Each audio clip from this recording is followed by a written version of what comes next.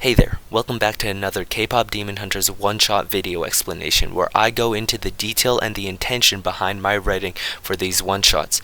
Today's is another Kpop Demon Hunters inspired one, where I go into detail about an alternate universe in which the secret of Huntrix is revealed to the world, and that the fact that they are demon hunters is no longer a secret. But this takes place a couple months after the events of the Idol Awards, and the world has had time to digest these issues, and they are now more receptive to the fact that there are demons living amongst us, and now Huntrix is being viewed as saviors. But there is a twist to this, and I would like for you to follow along. You could read this by yourself before getting spoilers. But anyways, big shout out to Random Reader 2026 on AO3 for giving me this suggestion, and I am open to more suggestions in the comments below as well. Anyways, let's get into it. Okay, so starting off, what happens in this is this was based off Random Reader 2026's suggestion, and it is based off like what if they were in this sort of SNL situation. I did take a more serious route with this, which I'm not sure if Random Reader 2026 likes, but I hope that they appreciate this.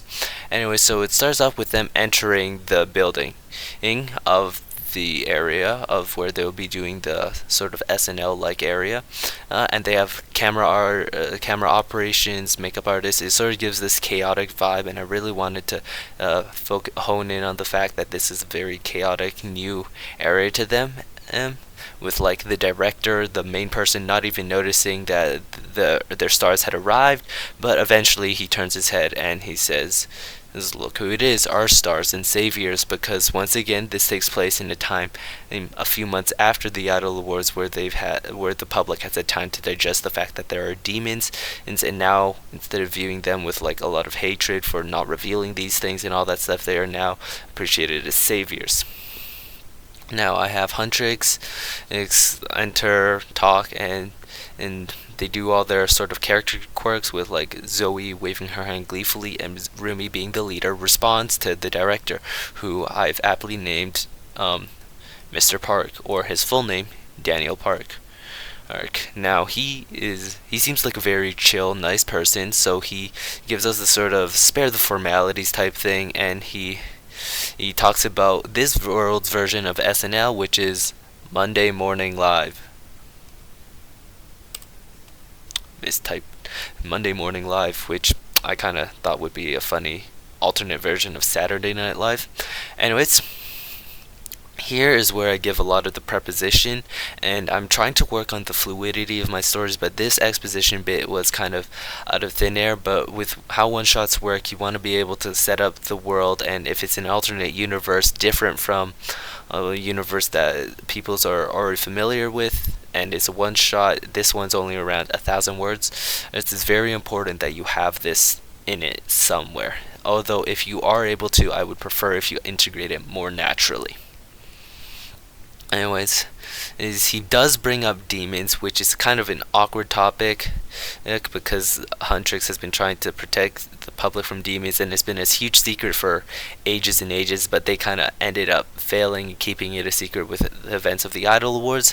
But so Daniel, he notices he's the director, he knows how to interact with this situation, so he says, "Oh, okay guys, it's time to go get ready. I'll put you guys into the makeup area, and we've made a few changes to the script that we gave you, so you better check up on that." And there was a bit of foreshadowing earlier with him screaming at one of the employees about something on the script.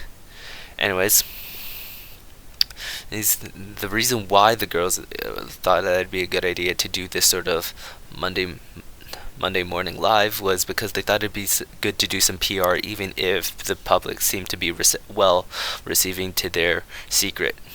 Anyways, I have a few quips from the girls as a sort of fluidity to make it sort of flow better, because you want it to feel natural, so having dialogue in response to different events is a very good way of doing that.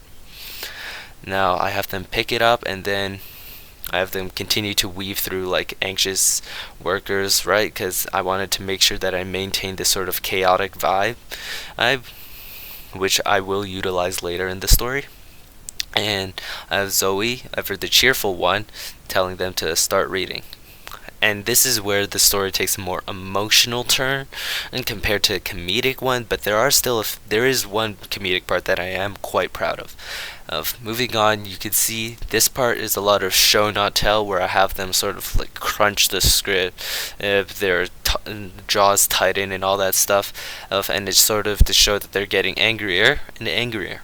And then I have Rumi break out in anger, and then she has this whole, she screams out, "What is this?" which startles her makeup artist, and then she starts complaining about how this is nothing like the script that they received and the script that they agreed to, which is, and then it's like, why is this about what happened at the Idol Awards, which is a very touchy subject towards Huntrix, I would believe, in this world, because once again they kind of failed to keep the secret of demons, and it's also where Jinu died for Rumi, so it's an extra touchy subject to her. So I have her run and storm towards the director, who was just kind of chilling before that, and she asks him to explain. Now, he he knows what he's done, obviously, because he's obviously had the scripts changed and stuff, and he responds in this very coy manner, which just kind of means that he's trying to act innocent in this scenario, which he does by saying, "Oh, what do you mean?" Anyways, Rumi tells her these are not a few minor changes, and this is the part that I had a lot of struggle with, because I wanted to make sure that this dialogue flowed together rather smoothly. So, I have Daniel, or Mr. Park, be this kind of annoying, arrogant character in this scenario where he's like, "Oh, we just made a few changes. I mean, it's not that bad anyways, right? What could be the worst?" Which is a problem that is very prevalent within current media, and I wanted to kind of touch upon it a bit within this. And then here is where I have Rumi completely burst and complain about all the issues that she's having with the changes in the script, which I do have a bit of the fake script here, which I think is kind of funny, which is the evil demon Jinu walks up to Huntrix and says, "Isn't it nice of you to pop up, Huntrix? Thank you for giving me this golden opportunity to take you down and show you how it's done." Obviously, a lot of puns in this. I have a sort of soda pop reference, golden reference, takedown, and a how it's done reference, which I think we're all quite seamlessly put in. And I have a bit of a self-insert here where I have Mr. Park say the line was pretty clever. I thought of it myself. Anyways, here is where we realize that despite his kind of laid-back attitude, Daniel, or Mr. Park, is still not like the nicest guy. He says, "Oh, we just took a creative liberties," and then here he has this very insensitive line of, "They're demons, they don't have feelings, and there's nothing to feel bad about. And even if they could feel things, they are dead, so they're no problem." And now, obviously, this brings a lot of issues to Rumi, who was basically in a relationship with the demon, and they were very close. So she has this sort of big intense moment where she's about to punch Daniel in the face, but Rumi is stopped by Mira and Zoe, who finally catch up to her. And they kind of sort of have to drag her away, saying, "Oh, don't worry, this is a bit out of hand, but we'll settle things for a bit." And he just responds unfazed, and he's like, "Oh yeah, I'll see you in a bit." Anyways, I have them, and sort of the area sort of clears up a bit. Now, earlier in this one shot, I have them sort of struggle to get through the anxious crowds and stuff of the workers, but here I have the path clear up, which is a sort of just integration to make these things feel more or like connected. Anyways, eventually I have them go into this private area, and I have Mira ask her, "Do you want to vent now?" And then I have Rumi go, "Oh, what happened at the Idol Awards wasn't a joke. The world was second away from ending. They crossed this line. They shouldn't be doing this, right?" But then I have Mira continue, and she says, "You know that's not what we're asking about."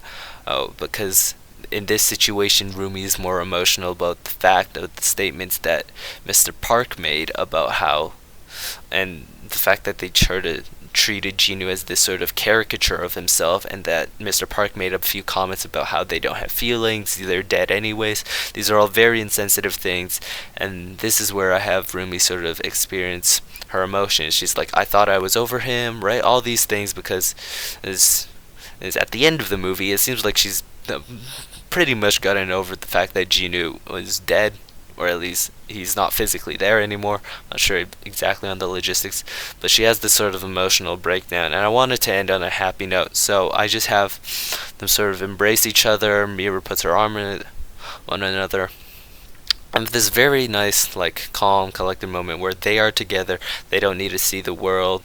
They don't need the world's opinions on them stuff, right? And then I just have this sort of quick exchange where Miura asks whether or not they should punch him in the Mr. Park in the face, which is a very Miura thing to do in my opinion. And I have Rumi sort of do this sort of sweet and simple line of "let's just stay here for a bit," referring to their embrace. Now, I want to give a special thanks to Random Reader 2026 for inspiring this. I hope I met their expectations. A lot less humor than they would like, but you could read this full thing without my paraphrasing and without my talking over it. And I did skip over a few things that you can pick up on, other things that I might have forgotten to mention in this video. Anyways, don't forget to leave a like, subscribe if you enjoy, and check out my other videos if you think this one was quite interesting. Anyways, see you next week.